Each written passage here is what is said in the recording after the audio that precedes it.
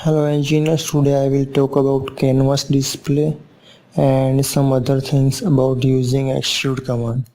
Actually, I should have told you about this in my last extrude command tutorial, but I forget to told you about this. So I decided to told you about this in this video. So without wasting time, let's get started.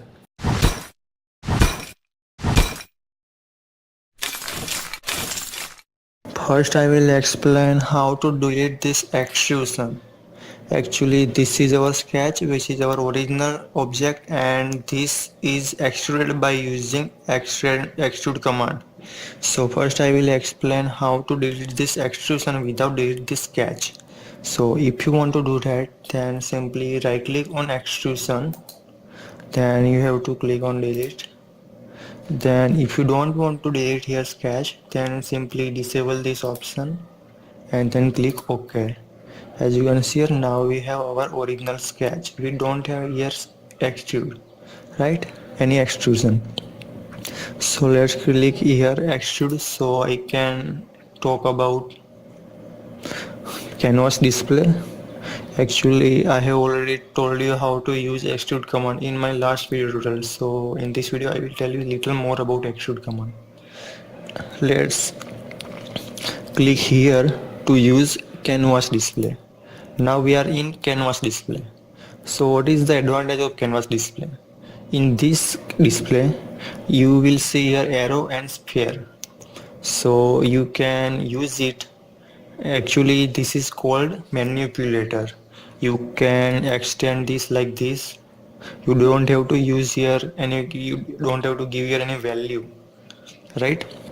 So you can concentrate on your feature instead of concentrating on this toolbar, and I normally keep it on the upper left corner so we don't have to worry about covering this drawing by these toolbars.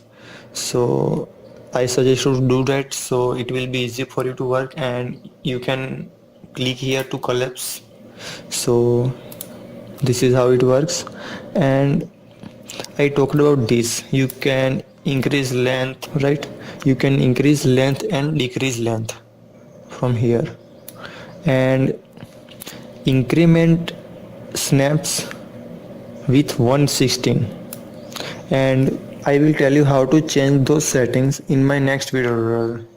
So, and you can also increase and decrease drafting angle from here, and you can also decrease right like this.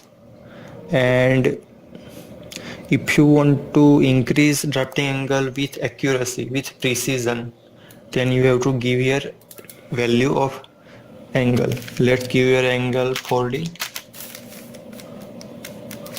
Okay, I will click on OK. As you can see here, this is how it works. So this is it for today.